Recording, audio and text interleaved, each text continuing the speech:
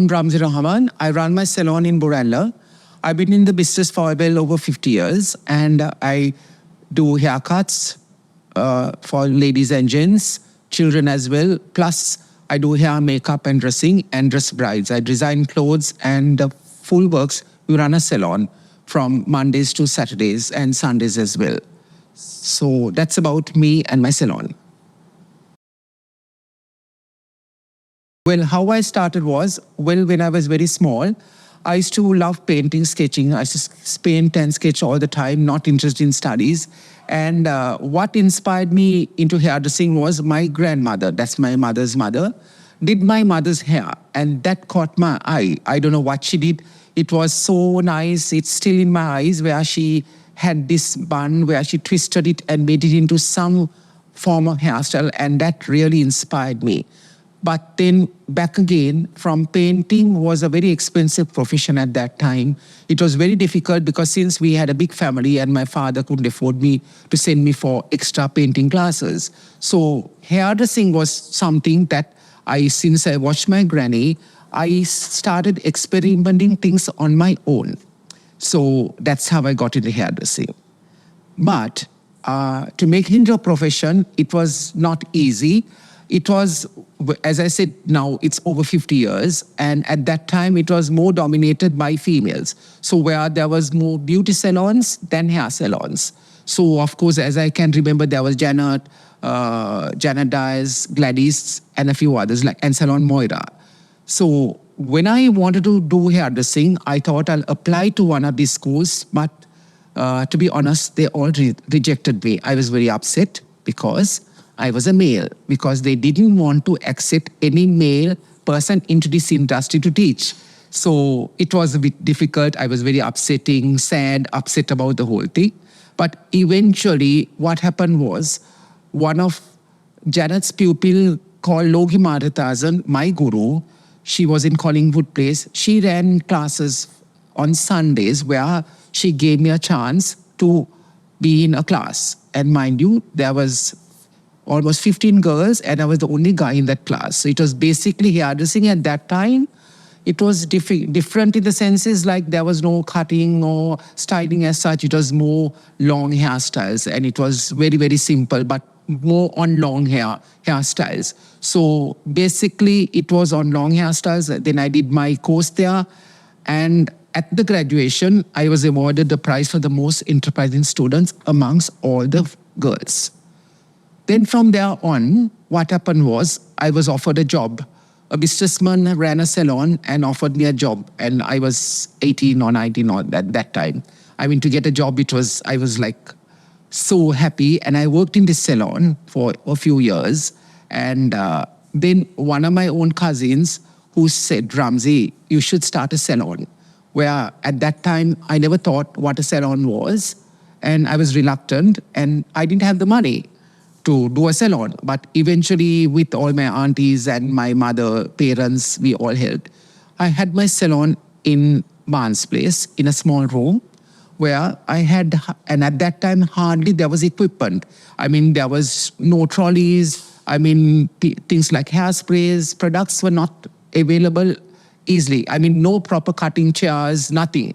But somehow I had a salon with, I think I had about 2 or 3 meters, that's all, a few chairs. We made cheap fit trolleys, and that's how my salon was in Barnes Place when I started.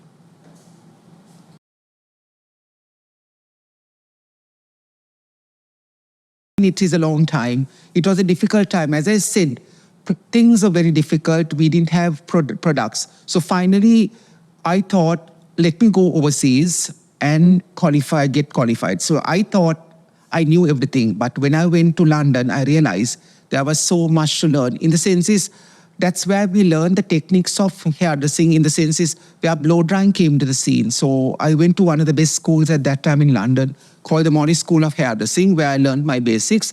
It was on haircuts and blow dries. And mind you, at that time, we were using big scissors. So when my tutor, first of all, got me to use scissors, like it was 3.5 inches, so small.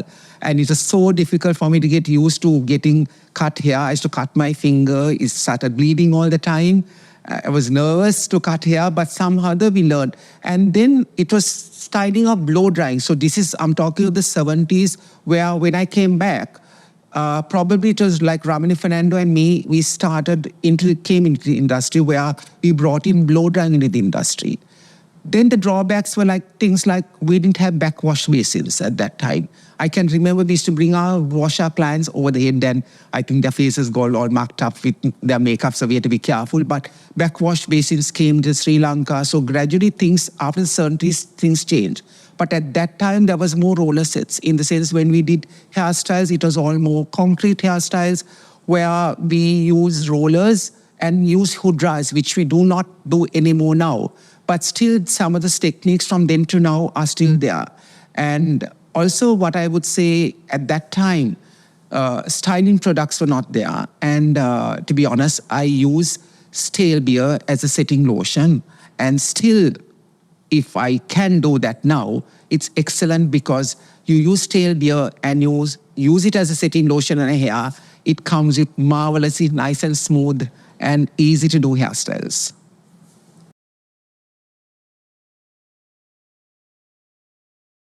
Right. Advice to young hairstylists. You, first of all, obviously, you have to love your work. Just because you get qualified, I think a lot of people start running their salons immediately. That should not be the case. I know we all like to have our own salons, but my advice is all to work for someone, get the experience. Just because you get a certificate or diploma, that doesn't mean to say that you know it all. Even if at 50 years now, I still learn. I watch people, I watch all of y'all do marvelous work. So my advice y'all to work, get the experience. And the other thing is, most of these young people, you all think it's styling hair, cutting hair, doing the major thing. But remember, that is not all. Sweeping, cleaning, discipline, working on clients, come on time. And remember, sweeping, cleaning, basic things, cleanliness, all that comes into you because it's not. And remember, shampooing is also a very, very important thing when you handle the client. How you handle your client. Be honest to your client. Talk to them nicely. See, because even my clients up to now come to me because I think we have a personal touch. So you as young people should be able to have a bond with the clients, not to do something for the sake of money or do something for the moment.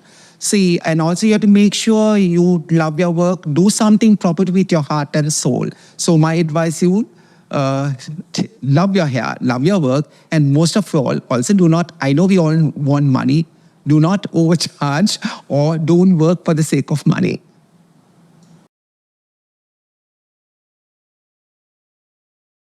Moments, yes, it's a long time. I think I was very fortunate when I started at Barnes Place. I think it was in Colombo 7. So I had a good clientele. I don't know how they came looking for me. Sunitra Bandanayaka used to come to me because she had short hair. I used to cut her hair. Then obviously from Sunitra, she introduced me to her sister Chandrika. So Chandrika had just come from France and she was going to get married. And so I did a trial and that's how I dressed Chandrika and Vijay for the wedding. So eventually what happened was when Chandrika became the president, I became unofficially or officially her hairdresser. And since it was more personal touch, I used to travel with her overseas to do her official visits. And I was fortunate enough also to dress her daughter, Yasodhara, in London. Then also I had another important lady, a beauty queen, past beauty queen, Shiranti, whom I dressed her. I didn't realize she was marrying who till I saw the pictures at the wedding. So she married Mr. Mahinda Rajapaksa, so I dressed Shiranti as well. And also another important person came looking for me all the way from London. She was Rosie Sennaika, where she was working at the tea board. She came looking for me. She was taking part in the Miss Sri Lanka at that time. And I was the one who groomed her and made her win for the first pageant.